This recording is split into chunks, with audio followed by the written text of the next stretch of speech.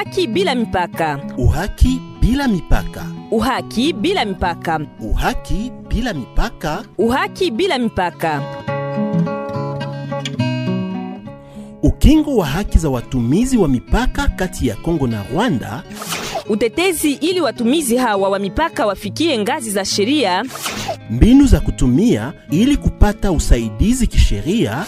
Maelezo kuhusu sheria zinazopangilia mzunguko kwenye mipaka hiyo ni vya kusikiliza katika kipindi Uhaki bila mipaka.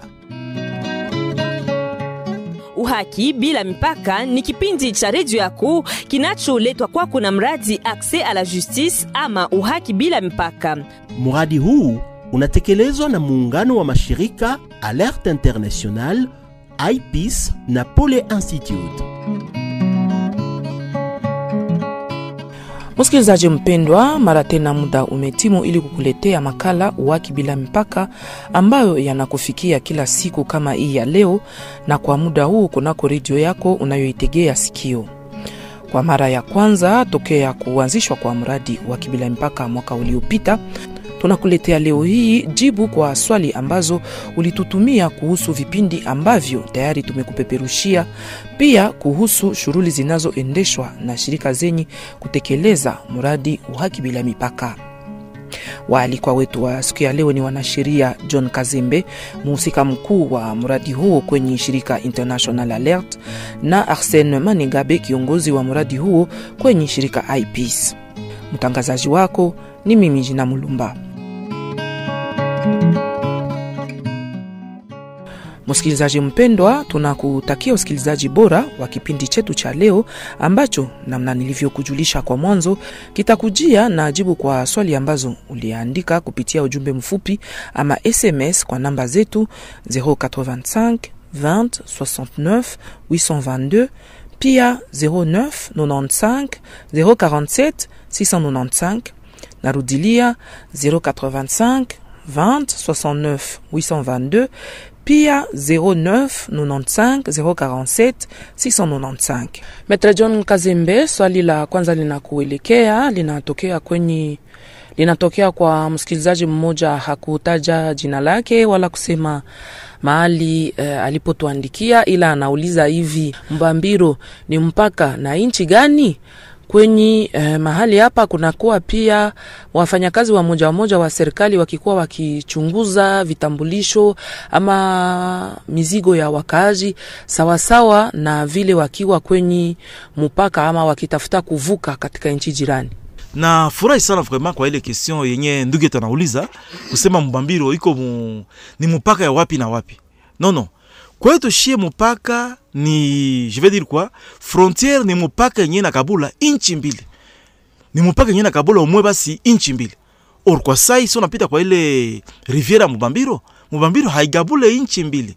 Mbambiro iko katikati ya mugini, iko mu RDC. C'est-à-dire Mbambiro haiko mpaka. Na ngilikuwa seme ile iko kumupaka, projet Accès à la Justice intervenir.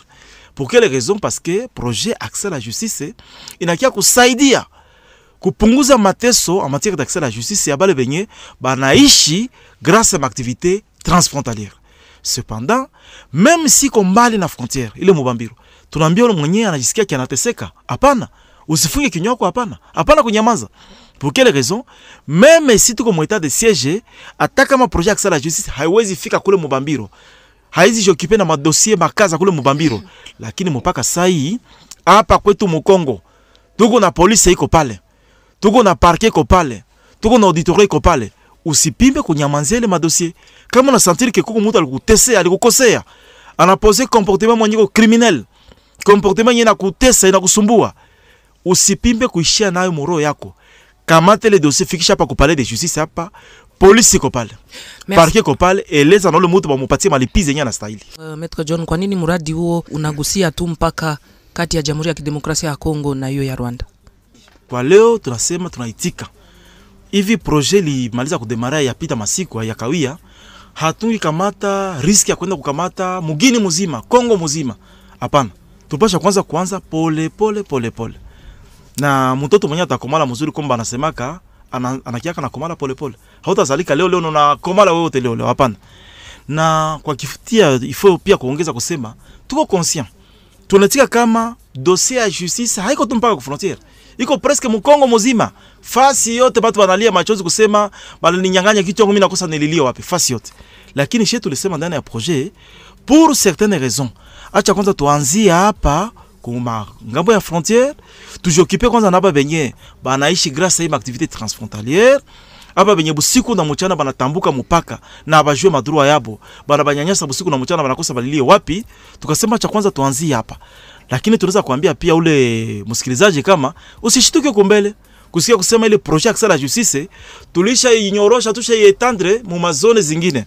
Juu ya nini? Nashie peke mpaka sasa tunajua kama mambo ya sheria, mambo ya kukuwa na accès ku justice haishie mpaka hapa ku frontiere, iko presque face yote Mkongo. Tunatia imani kama Mungu atasaidia hapa mbele hapa projet itakamata na mazone zingine. Ndio, asante msikilizaji mpenzi. Acha nikumbushe kama ndani ya studio hiyo tunakuwa pia na Maître Arsène Manegabe, yeye akiwa msimamizi wa mradi huo kwenye IPIS, moja ya hizo shirika zinazotekeleza mradi huo. Je, una hiyo ya kuongeza ama Maître John Kazembe aliyasema yote? Asante sana mama journalist. Maître John alikuwa alishajibu kwa ukubwa kwa hiyo swali, ila nitafuta ongeza tu ka particularité par rapport na mpaka kati ya Rwanda na Congo. Ni kwa kusema kama hizo organisation tatu notamment Alert, IPIS na Paul Institute zenye kuwa kuongoza hiyo mradi zinakuwa zilitumika kwa ile frontière na maproje mbalimbali, ni maproje zenye zilikuwa zinakamata kipande ya watu sawa vile na sapana. Mfano ya proje ilikuwa nagusa wachuruzi wadogo mpakani, wanawake wenyewe. Ila kupitia ile proje tulikia identifier besoin ya accès à la justice kama iko besoin iko étendu, aishie tu ku wanawake wanafanya uchuruzi ndogo, pia na watu sawa vile waetudiant wenye kuvuka mpaka kila siku, watu wakufanya kazi huku na ngambo nyingine kuenda, wote wanakuwa na besoin kwa accéder kwa la justice. Alors hiyo zone iko sawa vile ilikuwa ni echantillon kwetu ya kutengeneza kwele ya kuleta majibu kwa hiyo swali ambayo ilionekana, ila aizuie kwa kesho projet iguse zengine mazone kwenye hiyo besoin itakuwa inaonekana. Asante. Sasa hapa Maître Arsène, kuna huyo msikilizaji toka Ijunor, yeye anaomba kukutanana hata na msimamizi mmoja wa hiyo mradi waki bila mipaka, kwani anasema aliibwa na watu wenye baadaye wakaenda kujificha huko Rwanda.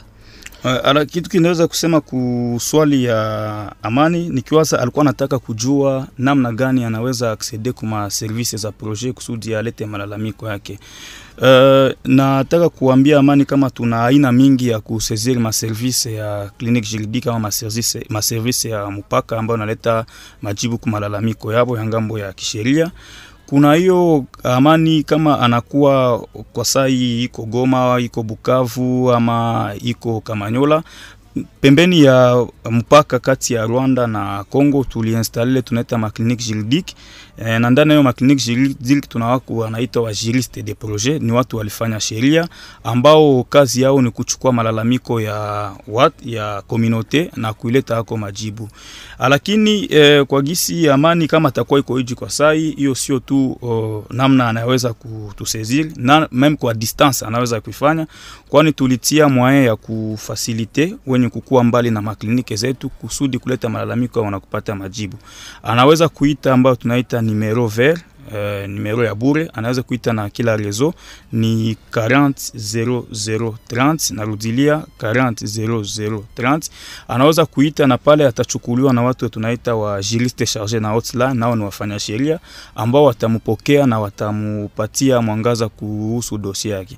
Lakini kitu ndezolomba kwa Amani wakati anatusezir ni kupana mwangaza zaidi kuhusu dossier yake, wale watu ni wanani, wanaishi fasi gani, kusudi nasi tuangalie namna gani tunaweza intervenir.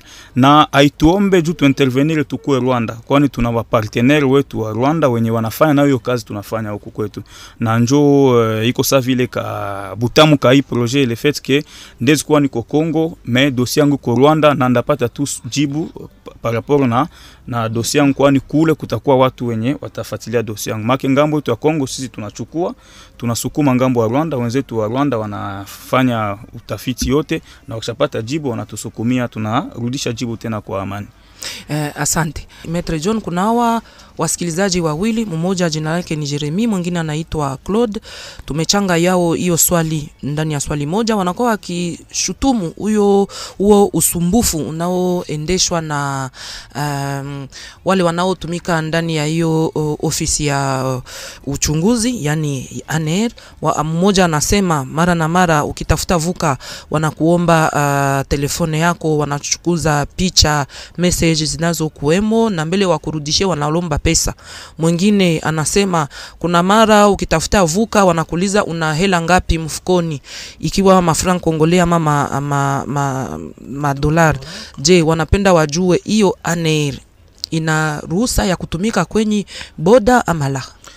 Kia kwanza nashukuru sana vraiment kwa ile swali ya msikilizaji. Ndani ya RDC tunaitika kama ANR iko kati ya ile ma service tano. DGDA, je ne sais pas DG, mais OCC, je ne sais pas.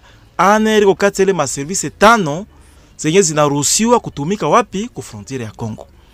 Lakini ANR anajilimite uniquement kwa mambo yenye inahusu security ya mugini yetu. Na pia ifo pia kujulisha yeye msikilizaji kusema kwetu msheria yetu ya Kongo tunakubali kama mpaka saa hii sheria yetu haidelimite, haiseme kabisa kwa kifupi competence za ANR zinaishia wapi. Haiseme kabisa nguvu wala kuseme matiere zenye ANR inapaswa kuintervenir ndani ni matiere gani kabisa. Hapana. Inatia tu matiere ya sécurité en général. Lakini hata kama tunasema kama competence ya ANR iko large, iko étendue, juu ANR finalement naza satia mikono mu kila domaine, kila matière. Hata kama iko vile, constitution yetu ya nchi nayo iko wazi. Inasema mtu wote iko na ruhusa ya vie privée yake. Na hakuna mtu hata ku tribunal, hata wapi mwenye iko na ruhusa ya kufanya nini? Ya kuvioler vie privée ya mtu. Hakuna ule mtu. Nikusema nini?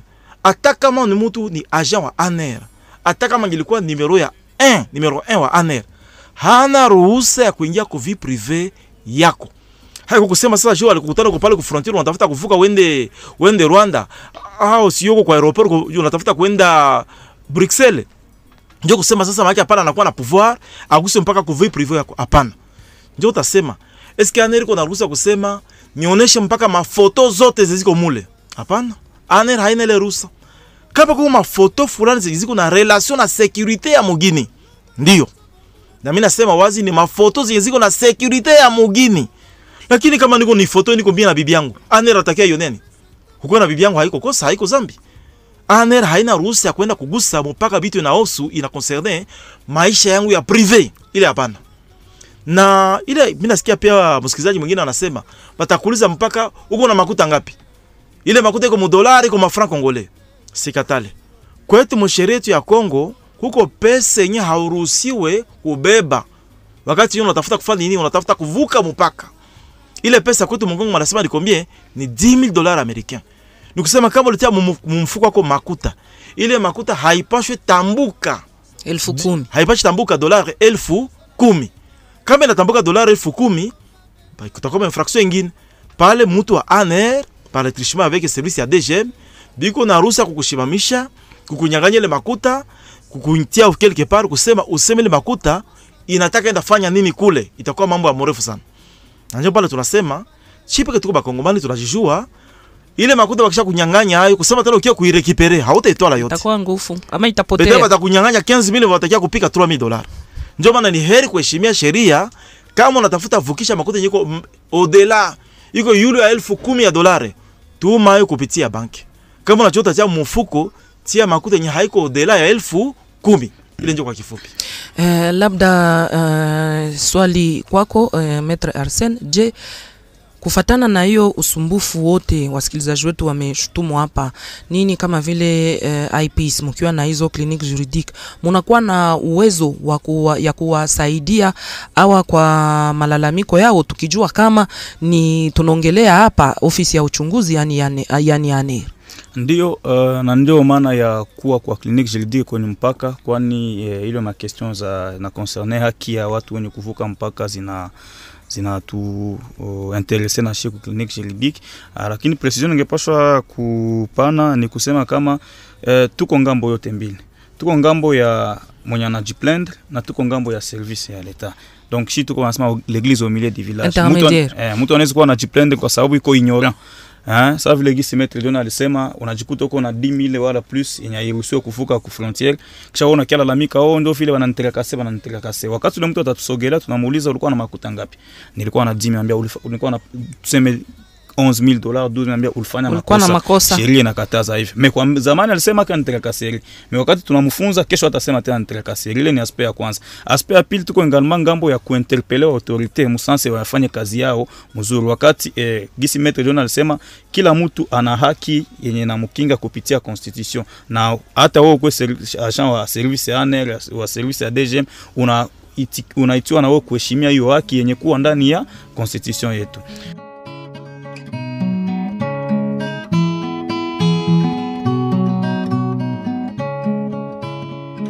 Tunafika mwisho wa kipindi chetu cha siku ya leo. Aksanti kwa waalikwa wetu ambao ni wanasheria John Kazembe na Arsene Manigabe ambao wamejibu kwa swali za wasikilizaji wetu.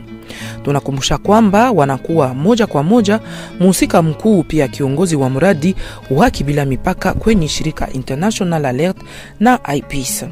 Ikiwa nawe pia una swali kuhusu mradi Uhaki Bila Mipaka, hebu usisite kutuandikia kwa namba zetu za simu zifuatazo: 085 20 69 822 ama 09 95 047 695. Tunarudilia 085 20 69 822 ama 09 95 047 695. Tunakuaga tukikutakia usikilizaji wa vipindi vinavyoendelea kwenye redio yako. Kwa heri. Uhaki Bila Mipaka. Uhaki Bila Mipaka. Uhaki Bila Mipaka. Uhaki Bila Mipaka. Uhaki Bila Mipaka. Ukingo wa haki za watumizi wa mipaka kati ya Kongo na Rwanda. Utetezi ili watumizi hawa wa mipaka wafikie ngazi za sheria. Mbinu za kutumia ili kupata usaidizi kisheria. Maelezo kuhusu sheria zinazopangilia mzunguko kwenye mipaka hiyo ni vya kusikiliza katika kipindi Uhaki Bila Mipaka. Uhaki Bila Mipaka ni kipindi cha redio yako kinacholetwa kwako na mradi Accès à la Justice ama Uhaki Bila Mipaka. Mradi huu unatekelezwa na muungano wa mashirika Alert International, IPEACE na Pole Institute.